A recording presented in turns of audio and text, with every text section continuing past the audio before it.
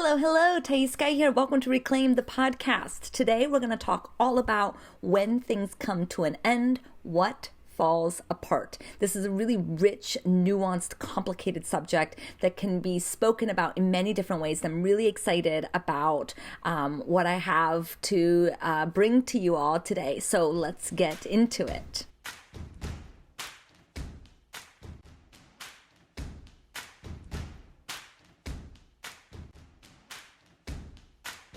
So here's the thing. Endings are an inevitability in life. Things come to an end. That can be work, that can be relationships, friendships, that can be intimate partnerships. When we're talking about endings here today, I want us to be thinking about it in the context of everything meaningful that exists in our lives we will experience some type of ending around, whether it changes form, whether it looks different, even something as like when we're thinking about our identity or our way of relating to ourselves. Things come to an end, and things must come to an end in order for things to start, for things to begin. But I think it's also important in the context of what I'm about to talk to you all today, to be thinking about when things come to an end as a relational experience. What I mean by that is even when we're talking about work, even when we're talking about school, whether we're talking about things ending that aren't inherently relational, like work, they are also inherently relational in that most of what we tend to miss when these things come to an end are the relationships that we developed. Most of what we derive meaning from in our lives are relationships. And so when we're thinking about this topic of when things come to an end, what we're often talking about are relationships. And so that's what I want to kind of dive in here today. We can think about endings. I want you to think about endings in all sorts of ways. But at the end of the day, kind of keep in mind that what I'm really driving home here, what I'm really inviting curiosity around are the ways things end in relationship. Now, before I get into this topic, I have a whole... we're going to go into all of this today. I wanted to let you all know that I do have a couple openings right now in the different containers that I hold. I know that I've been talking on the podcast about my mentorship.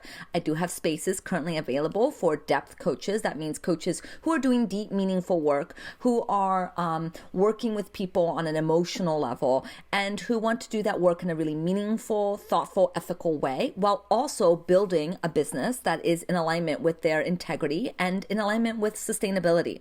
So it's a group container for coaches where we develop your coaching capacity, help you develop your own voice, your own way of working with people, while also deepening that work in terms of expanding what you hear, what information becomes important to you as you're doing this work.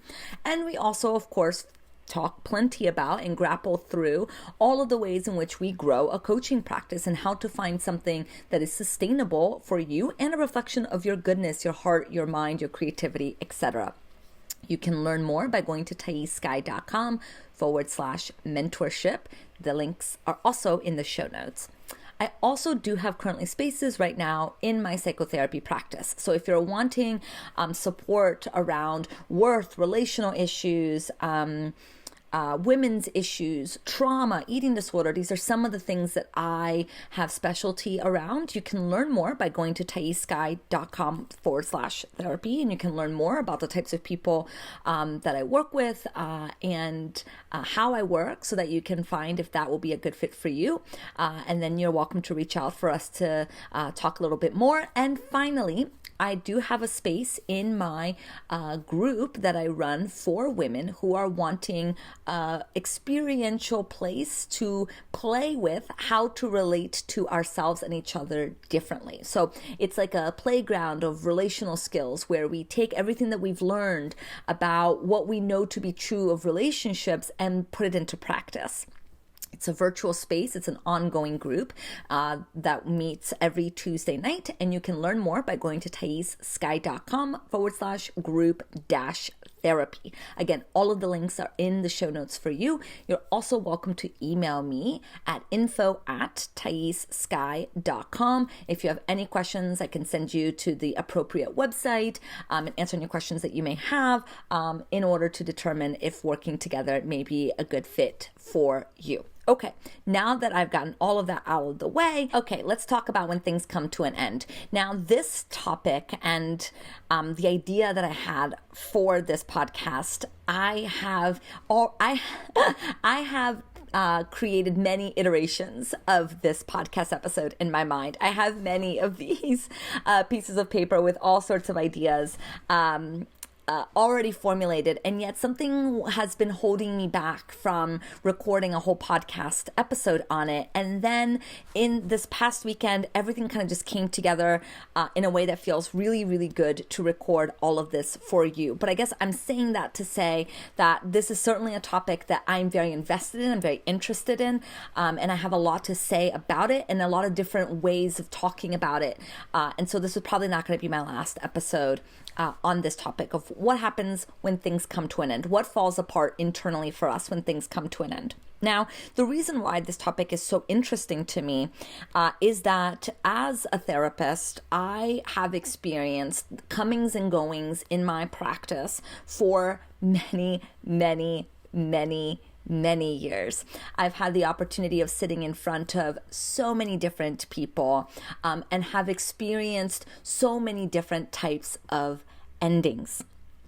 I have experienced endings where I get notified in that session that my patient is wanting to end our work together for external factors. I get emails. I've gotten the opportunity to kind of go through a termination experience with the client where over the course of weeks or months, we explore and titrate down and think about together what it means for this to come to an end. So I've had abrupt endings. I haven't had this in my private practice, but when I worked at a clinic for my internship and associateship.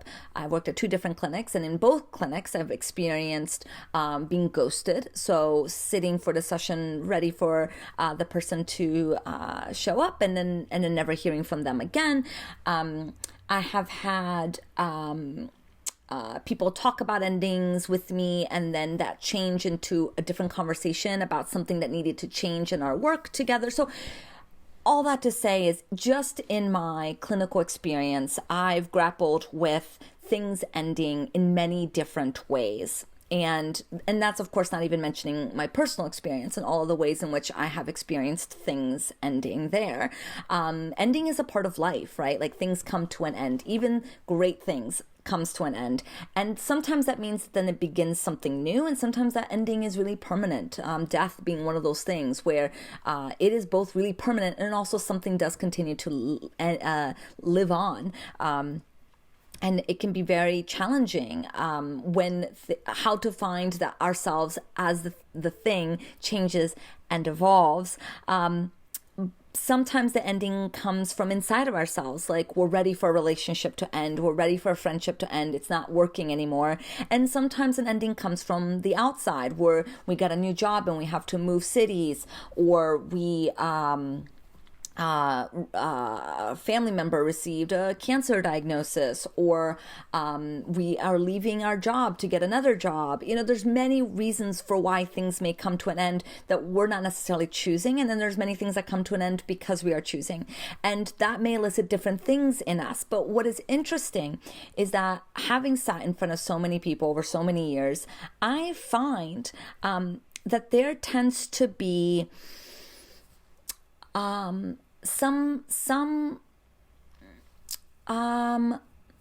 how do I want to say this? There tends to be a theme for how a person experiences endings and then have endings happen in their lives. Which, all that to say is, if somebody is sitting in front of me and they've shared that every single ending of meaningful relationship in their lives looked a certain way, I'm anticipating, and then I often then find it happening, that same type of ending will occur between me and this individual. like ending, there's a theme to endings, and it's not all endings, and not all of us end things similarly. But when we look back at endings, if we really think about all of the ways our relationships have fallen apart, or all of the ways our friendships have ended, if we start to really examine our endings of our lives, how we end jobs, how we leave jobs, we may find some themes, some commonalities. And because I work very relationally with people, which means that I'm really thinking about the experience of the person in the room with me, as in a relationship with me, I am often thinking about how this person experiences endings and change and loss may come up between that individual and I. It's not necessarily the front and center thing in everybody's treatment and everybody's work, but I'm just suggesting that having had this theme appear over and over and over and over again in my clinical experience, I do tend to hold it quite loosely, but also see it as an opportunity to examine how this person may experience an ending with me, which is really interesting if you think about it, because like I just said, we end things all the time in all sorts of different ways. And so how interesting it is that despite the fact that all sorts of different things end in all sorts of different ways, we may also experience ending the same. There's a quote that I was presented to by Freud that I really liked, and I think kind of paints this in a different way. He wrote, if we throw a crystal to the floor, it breaks, but not into haphazard pieces. It comes apart along its lines of cleavage into fragments whose boundaries, though they were invisible, were predetermined by the crystal's structure. Mental patients are split and broken structures of this same kind.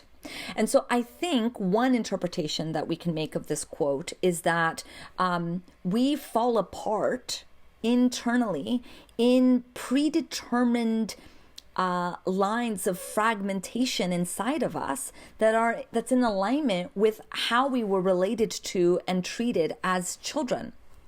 So when we fall apart, or when things end, they may probably fall apart and end in predetermined lines, in predetermined ways. If we experienced endings and losses in a specific way, we may find ourselves playing out or reliving that type of ending and loss in our adult lives. One example of this, let's put this in the concrete, if you experience that any time you had a difficult emotion and you presented it to your caregiver, that your caregiver would leave you alone, would turn away from you, would say, you're too much, you need to handle this by yourself, go to your room. We may find now that any time that we have difficult emotions, that we then become very anxious, that our partner, our loved ones are going to reject us and turn away from us. And so that's the predetermined line, right? Like that's the line of the falling apart, that we are imagining that we're probably going to be rejected now in similar ways that we were rejected to then. And so when there's a rupture, a significant thing that happens in the relationship, we may attribute it to that, like, oh, you're ending things with me, you're breaking up with me because I'm too difficult, because of my difficult emotions, right? Like we go to what's already the predetermined lines, the cleavage, the lines of cleavage, as Freud placed it. And so the opportunity for us in this episode and in our work, if you're interested in it, is going to be, is there a way that we can relate to things ending differently? And why may that be important or significant? Why may we even embark on that in the first place?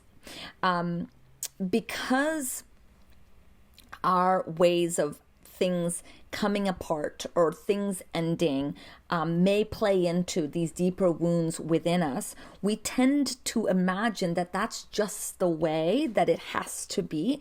And then we often find ways to rationalize why this is the way that it has to be. We have to end this relationship because this person is not able to handle our too muchness. For example, if we're going back to the example of the difficult emotions. When we're rubbing up against relational wounds that are now playing out in our lives from something older, what we often do is justify and rationalize why the way that we're seeing things now is the way things are, without knowing that we may be seeing things now through a lens of something that happened a long time ago. And that can be really hard to face, because what that means is in some ways we're not quite making we're not quite flexible in our decision making. We actually have a lot less choice than we really think that we do. Well, we have a lot more choice than we think that we do. We find ourselves believing in some sort of predetermined way that things have to end in a way that continues to end. An example of that is if I talk about wanting to leave this relationship, my partner is going to reject me. And they're going to break up with me. So I'm not going to have this conversation with my partner. I'm just going to disappear. I'm just going to break up with them. I'm just going to ghost them. How often do we ghost people and find ways to justify it? Well, they probably don't care. They probably didn't even remember that date. I'm going to ghost them. I'm going to leave them on red. I'm not going to respond because honestly, they probably don't even think about us. Or it's probably better that they don't hear from us because I don't want to hurt their feelings. So we're making all sorts of assumptions there in these statements about what the person is capable of, what they're imagining us like in their minds. And all of these assumptions are often grounded in things that have happened in our childhood and when we were younger. But now we're going to find ways as an adult to rationalize and justify why this needs to end in this way. And it can be very, very hurtful, of course, in the example of being ghosted. It can be very hurtful for the recipient. And in some ways, by ghosting, where they're not having to take any ownership of the fact that we're hurting somebody. But we're assuming in some ways that that person can't bear the hurt, so it's better to ghost. And also that we can't bear that person's feelings. And this is all relational mapping. This is all ways that we have learned how to relate to each other and our feelings. So if we're talking about what falls apart when things come to an end, my suggestion is that what falls apart are the relational dynamics at predetermined that stems out of childhood that now start to fragment and break apart when we're facing ourselves in another end. And so we tend to end things very similarly. And it's very interesting for us to examine this so that we can have an opportunity to maybe end things differently. If you don't like how things have ended in the past, if you look back with regret, I know a lot of us really struggle with the ways in which friendships have ended in the past. And we really wish that we had done things differently then. It's so interesting how we so wish that we have done different things then, but then when similar things come up now, we find our ways of rationalizing and justifying doing the exact same thing that we did then. It can be very hard for us to imagine that anything different can happen and that it can be beneficial. And so we're really deprived, many of us are really deprived of working through things as they are falling apart. It's really hard to imagine that things then can come back together in a meaningful way. And what I'm speaking to here is the ways in which our culture is very much a discard culture. We're just discarding relationships left and right. If you pay any attention to any self-development, self-help, pop psych, culture on the internet, you won't go far without getting some sort of invitation to, if they're toxic, leave them. If they're narcissistic, leave them. Like, all relationships, all people fall into these very overly simplistic categories, and they are no longer safe. And the only way to navigate those complex relationships is to drop them. If your friends tell you you're too much, that means that they're too little, drop them. If they are not in alignment with every value that you have, drop them. If they disagree with you in anything, drop them. If there's any difference between the two of you, that means that it's unsafe, drop them. I mean, there's so much discard culture happening on the internet, and it's now permeating into our society in a really, really, really sad way, because then we are deprived of a working through. We're deprived of things getting worked through, getting experienced together. And if we kind of come from a background where we've never seen things worked through in a way that can fall together in a meaningful way, well, then of course, discard culture is going to be very seductive. And we're going to, again, what are we going to do? We're going to find rationalization and justification for it. That's the dangerous thing about our minds, is that it will find ways to rationalize and justify our thoughts, our decisions, our behavior, even if that behavior, that decision isn't in alignment with maybe what we want or who we want to be. So let's back up a little bit and talk about what gets stirred up for us when we anticipate an ending. So let's say the ending is, it can be in some ways predetermined, like camp coming to an end. Or it can be, of course, something that we're starting to grapple with in ourselves, like a relationship may no longer be working, and this iteration of the relationship or the relationship all in itself needs to end. What gets stirred up for us, right? So obviously, one of the first places that we tend to go for many of us is abandonment, that we feel abandoned. We feel like the person's going to abandon us. We're going to feel left in some way, and then that left triggers and activates this sense of abandonment. And abandonment is a tricky one because while we very much may have been abandoned and could have been abandoned as a child when we were fully dependent on other people, now abandonment often has different form because as adults we have more consent and we have more capabilities in making our decisions. That's not to say that people can't abandon us. They can get up and leave in the middle of the night and then we never see them again. That does happen. That can happen, but it is much rarer. But regardless of how often it happens, it can feel like we are being abandoned. For example, we're in the middle of a conflict with our partner and we are one of those individuals that are very anxious, and that if our partner isn't in a fight with us, then we feel like they're abandoned us. And so we keep our partners in the room with us, and we say that if you leave, you're abandoning me, and you're gonna stir up all of these sorts of thoughts and feelings about you being abandoning me.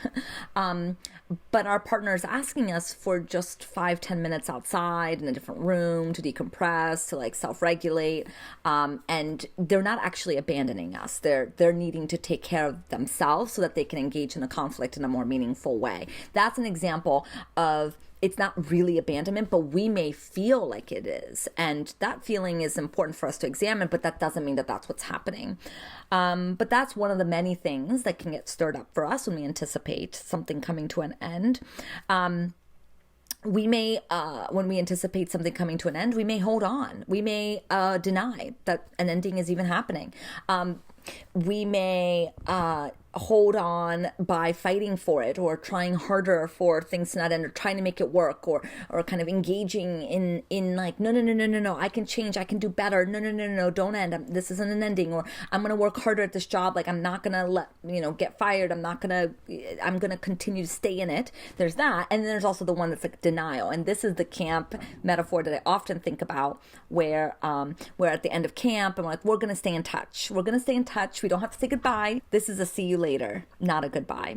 And I appreciate that because in some ways what we're saying there is like, this isn't going to be permanent type ending.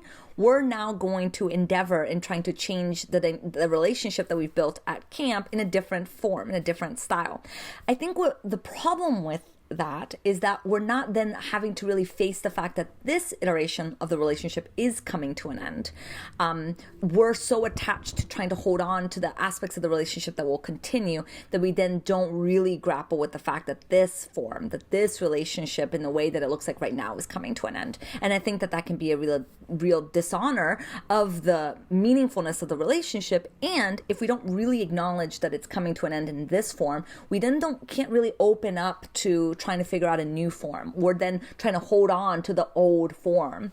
And it may make it more difficult in some ways to actually then allow the relationship to move forward in its new form.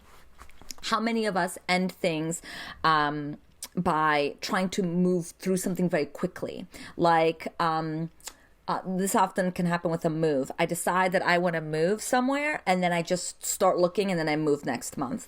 And then I kind of go as fast as possible into the ending, into the move, and then I don't really have to sit with the transition, the in-between, and the loss and the change. Like, I can just bulldoze over the doubt. I can bulldoze over all of the complexities of what's going to happen when I move by just making it happen as fast as possible. And this is for the impulsive ones who identify as being impulsive or a fast decision maker. This is very much something that I've grappled with, and I've recorded podcast episodes about, and like impulsivity and the role that can play in our psyche, and why we may lean on impulsivity in making fast decisions. What are we avoiding? What may we be denying of ourselves when we make really fast decisions? And I find that this is one of those things, that we deny ourselves the complexity of the thing ending and really facing the loss by trying to just go as quickly as possible. Do we get angry when we're anticipating an ending? Do we get sad? Or do we avoid it completely? If we know that our colleague is leaving work, and this is our best friend colleague, this is the person that has made our work so meaningful over the past 10 years, and now there's 2 weeks left, and it just now so happens that we get sick for these 2 weeks and we can't be in the office. Like, how often do we use avoiding techniques? Again, we rationalize this, we justify it as like, but I'm sick, but it just, the timing of it just so happens, right?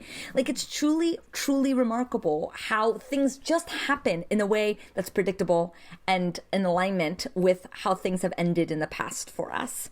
So do we get angry? Do we get sad? Do we get avoidant? Do we grieve to a point where we're not grieve, that's not what I'm looking for. We get so sad that we aren't actually in touch with the loss. We're just like filled with like a sense of poor me, or kind of victim, or like the sadness takes a form of a pitying flavor.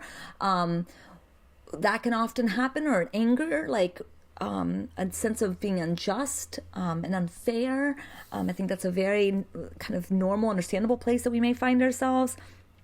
How often when we anticipate an ending, do we ignore the signs? We ignore that this person isn't a good fit for us. We look over, we bulldoze through the signals or the experience we're having that something's not quite right, because we're really afraid of being alone or being abandoned. And so we ignore it. We pretend like it's not happening. How often do we jump before it sinks, right? So we know that the other person is about to leave, so we leave first, right? This is such a common one that, again, we may not think, oh, I'm going to leave before they leave. And yet somehow that's how it's looking like. That's how it shapes out to look like. So then there's the kind of checking out. We know that something's coming to an end. We know that it's not going to work out. And so we check out. And in the checking out, we kind of hope then that the other person will get the message and the other person will end, or we just move into indifference of the other person ending. Like, I know you're going to leave, so I'm going to be indifferent to you now. I'm going to emotionally check out and disengage from you so that I'm not as hurt when this ends. So these are just a small handful of the many, many ways that we may grapple with what happens internally for us when things come to an end. And when I used to teach Worthy Women Rise, I used to talk about this as like a goodbye language. Like, how do we end things? How do we say goodbye? And again, the tricky thing about all of this is that, here's one that I've just thought of. Blame. We blame the other person.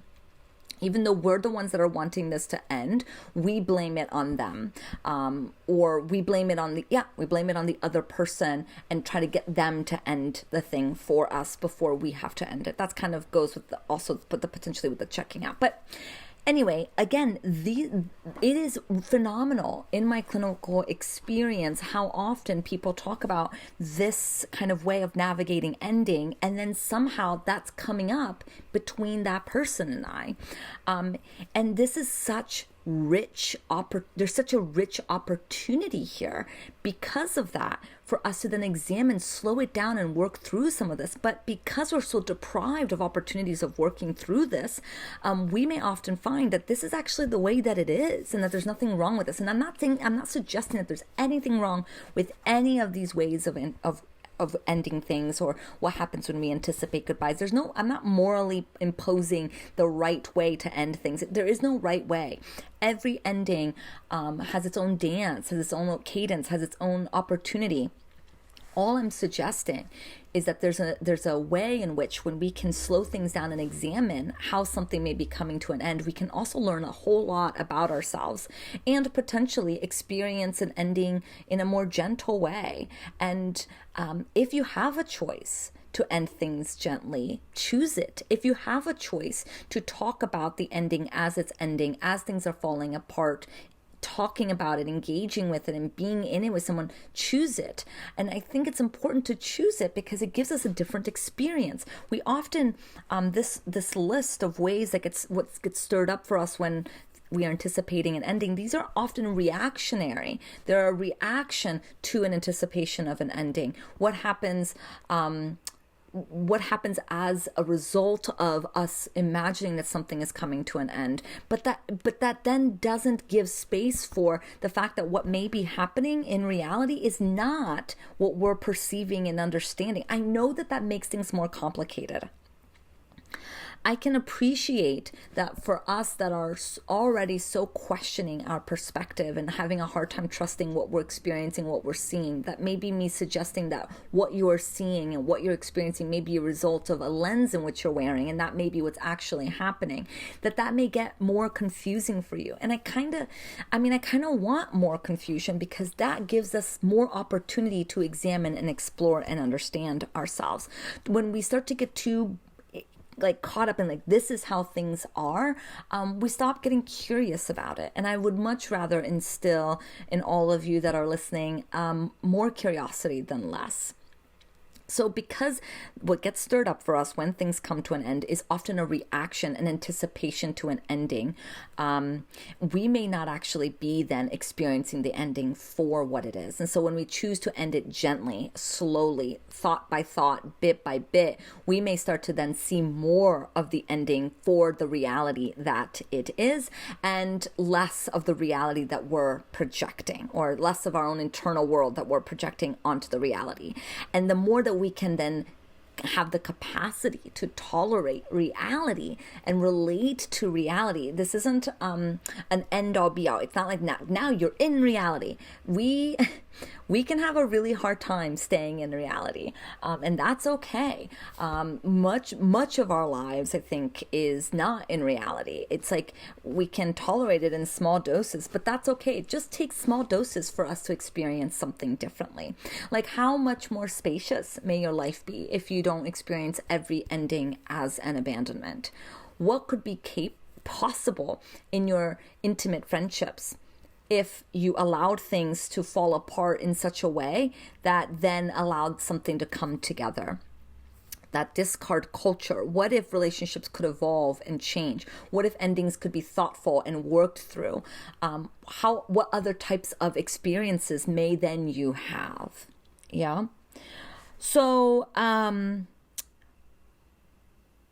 what you may not get if you're depriving yourself of the opportunity of working through, right? If what you may not get is a non-traumatic ending. Endings don't always have to be traumatic and painful and painful to the point of unbearability. But if we've had traumatic endings in our past, we may find ourselves continuing to have traumatic endings now. And that can then make for our reaction to endings even more escalated, right? That makes sense. If we're anticipating that an ending is going to be absolutely devastating, then we're probably going to avoid intimacy. We're going to avoid putting ourselves in a position of entering into a new relationship, right? That makes sense. So when we can work through some of this, we may start to find that endings don't necessarily have to be traumatic. They don't all have to be abandonment. That endings and leavings can be a part of the coming and going of life, and doesn't necessarily have to mean a reflection of you or badness. It doesn't have to mean that there's an incompetence or unworthiness at play. Of course, when we can give ourselves more space to process endings, we're also giving ourselves more closure. Now, closure doesn't necessarily mean within the relationship, though sometimes that can be that, and it can be really nice to have closure. But that's not the only way that a relationship can end. Sometimes the closure comes internally, from us grappling with slowly, bit by bit, what has ended. Of course, to give yourself more time here to process and explore when things come to an end, you're also allowing yourself to process grief instead of it hardening. And I have a whole episode talking about the ways in which hardened grief can really impact our lives, and can make it then really hard for us to know how to let people back in. When you slow things down, you're essentially like trying to not redo the past. And this is where freedom comes in. When I talk about often what can be possible in psychotherapy, what can be available for us as we work through our relational dynamics, is that we're making more space for us to navigate life with more flexibility and more choices. And the less we examine our lives, the more we're going to be running our lives through a very limited set of understanding and choices. The more we can examine and hold our lives, the more choices we have, the more freedom we have, the more we're going to be able to experience things more flexibly. And that's, I think, the goal for so many of us when we're talking about emotional wellness. Yes? Okay. What also may be available here is more connections. We can develop more connections with people when we're not so terrified of what ending may mean for that relationship. If every ending is so impairs us so deeply, then we're probably going to find ways to avoid relationships. And so if we are processing and working through and navigating endings in ways that may be different, we're then allowing ourselves to be able to engage in more relationships, knowing that they may end. None of this guarantees that there will be less ending, because endings aren't a bad thing, but maybe they won't be experienced with so much devastation, or if they are, then it's a reflection in some ways of all the love and care that was in that relationship. The kind of synopsis here is this idea that endings, coming together and coming apart, or falling in love, falling out of love, meeting each other and separating from each other. All of this together and apartness offers a robust amount of information for us on how we understand ourselves, how we understand the world. And with that information, we can start to work through and think through and do kind of the emotional work of grappling with things that we haven't grieved, so that we can show up more fiercely in ourselves and in our relationships. Oh, here's something I wrote that I think is in alignment with what I just said. It's not necessarily about making all endings sweet, or having closure, or having it be packaged properly with a bow on top. Maybe that's another way that we try to anticipate endings, is to have this kind of perfect bow on top moment.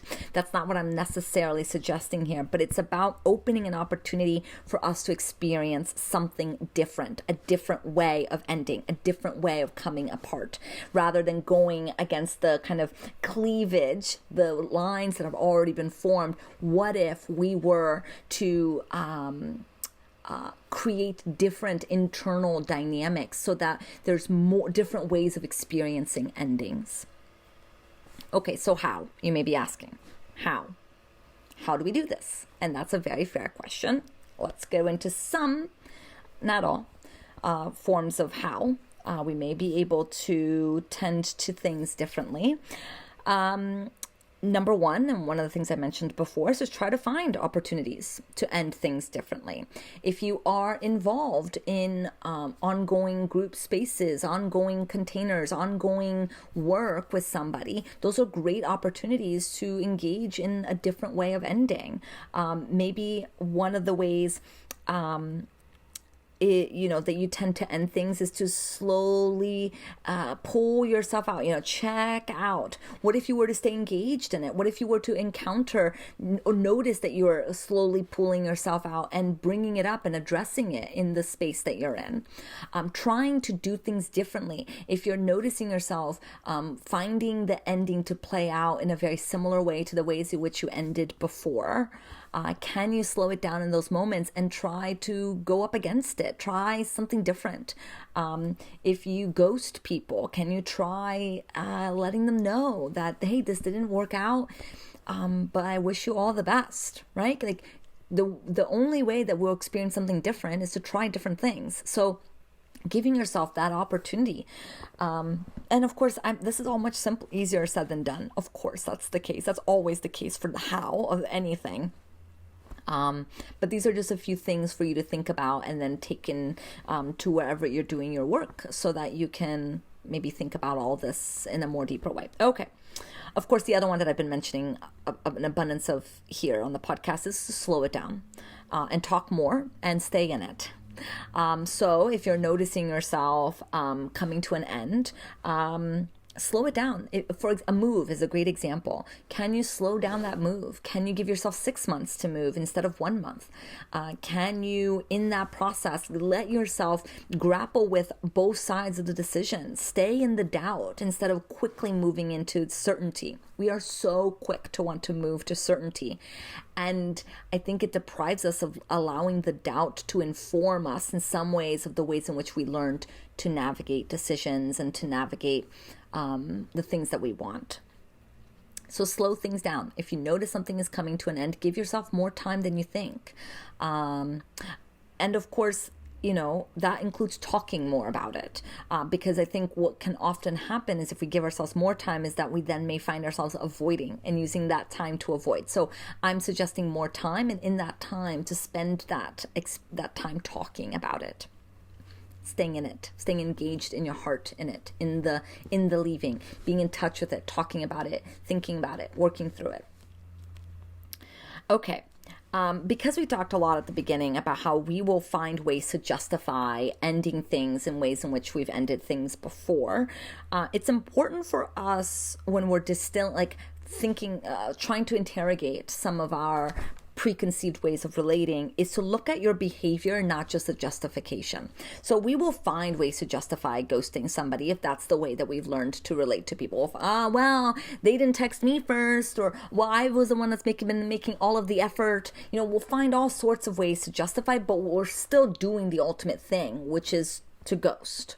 And so spending some time looking at the behavior. Okay, the behavior that I'm doing right now is I'm on my cell phone while this person is packing up their stuff in my house. I'm checking out because I'm having a hard time staying engaged with this person. That awareness alone can be everything. But now we're looking at the behavior. The behavior is that I've checked out. It doesn't matter what the justification is. Oh, well, that person, blah, blah, blah, blah, blah. Look at the behavior and then ask yourself, is this the behavior of the ways in which I've ended things before?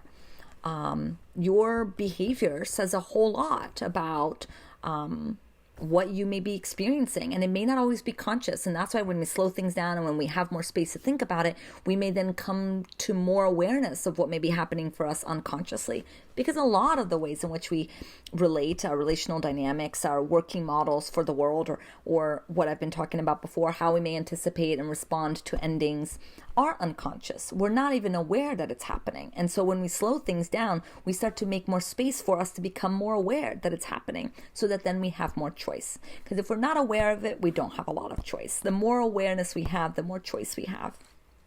Okay. And then the final one, and this is one I haven't talked before, but I think it's really, really, really important, is to work on your ability to engage in difficult conversations without dysregulation. Now, these are a lot of clinical words here, so let me break that down. Working on your ability to be in difficult conversations about things ending with people without it getting so overwhelming for you that then you can't stay in it. And what you do instead is you lash out or get angry or check out or do all of the other things, right? So how can you stay in yourself and be engaged in difficult conversations? This is in and of itself one of the hardest things that we can do, I think, as in relationships, because we can get very emotional, we can get very overwhelmed, we act out, we lash out. Like, it's very hard when we're very overwhelmed to stay and think and be engaged in difficult conversations with other people. And that's why a lot of times relationships end so fast, because we can't stay in it, because we just have to evacuate the feelings. It just has to end. But of course, when we do that, we're really depriving ourselves of a lot of important things. So working on your ability to do that, and you can work on it in many different places, in relationships that feel safe, that feel like they're gonna be able to bear, and you're gonna be able to bear the difficult conversations in your therapy, or this is exactly the type of thing that we do in our group. So in process groups, there's so many opportunities out there, and you'll be surprised at what people can handle. I think oftentimes we really infantilize and treat our relationships as a lot more fragile than they are. You'd be surprised at who wants to stay in it with you and work through things with you. And the only way that we can work through our differences and work through conflict is by staying in it and staying engaged in it. And while, of course, that means that we're going to rub up against the truth, which is that many people may not be able to join you. You can do all the work you want on yourself, but other people may not be able to do that with you. But at least you can attest to your own behavior. At least you can say that you yourself gave it a go, right? You may get ghosted, but at least you aren't ghosting, right? If that's a value of yours.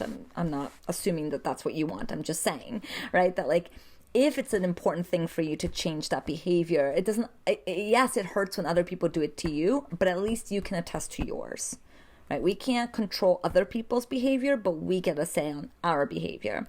And our behavior is a reflection on us, and their behavior is a reflection on them. And of course, that can get complicated in relational dynamics about what is what. But in general, I think that that's a pretty good kind of cliche idea that we can go off of, which is that, you have to be able at night to be okay with your actions. And when endings happen, when we're anticipating endings, it can be very seductive to want to hurt and want it to come out of a very wounded place. And that's why I really want to be talking about this and have been thinking about this for years and years and years now, is because endings really are very intertwined for us as social creatures, with a lot of wounding and a lot of pain. And when things are in pain, we tend to want to do very fast things, and we want to bypass it, and we want to kind of just fly and kind of go. And it can be very, very hard for us to slow down and really be in it. I can understand that. I really, really can. Again, I've held space for a lot of people as they grappled through this. It can be one of the most excruciating things for us to explore. There is such a desire to evacuate and to get out. But that doesn't have to be how all endings are. And what happens, right? Like a new future, right? Like, things are still going to end, but something new can get born. We can only create space for new when we're trying new things. And I think it can be also a great way for us to cultivate more intimacy, for us to cultivate the types of relationships that we really want in our lives. If we don't want to be treated as discardable, if we want to be treated as someone worthy of respect, someone worthy of being included in someone's mind, we then have to grow our capacity to be able to tolerate other people's minds, right? Like, I personally want people to know, I personally want other people to tell me when I've hurt their feelings. I want people to tell me when I've gotten something wrong. I want people to be open and transparent with me, even if it will hurt my feelings, because ultimately I know that the more space someone has to share their intricate, complicated thoughts with me, the closer of a relationship can be fostered, both with them and also within myself. But in order for people to feel safe to share all of that with me, I have to increase my capacity to hear it without getting dysregulated, without getting overwhelmed, without lashing out, without pulling back, without retaliating in some way. Yes?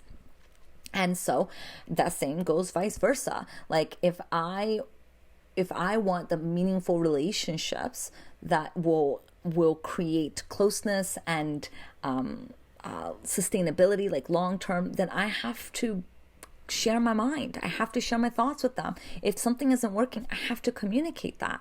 How are they going to know? People are not very good mind readers. The mind reading is usually just a projection of their own minds.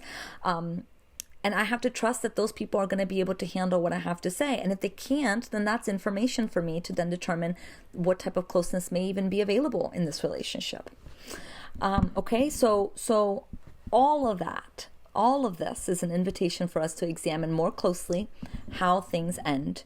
What are the themes that you may find as you look at your endings? How have your relationships ended? Your female friendships, or male friendships, or intimate partners, or work colleagues, or like how have things ended for you? Is there a similarity, a theme that you can pull from? What may that mean in terms of how you're understanding ending? How you're understanding what ending may mean for you and for the relationship? What conclusions are you drawing about that ending?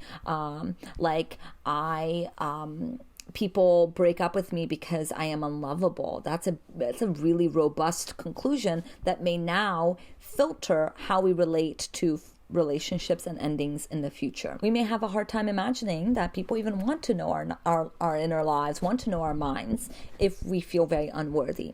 All of this is important and helpful for us if we want to engage in relationships differently. So I can't wait to hear how this episode lands with you. Thank you for listening and for watching. If you're here on YouTube, please subscribe, leave a review. It means so much to me and so much for the algorithms. It makes this all the more searchable and land with the right people. Thank you for being here, and I will catch you in the next episode.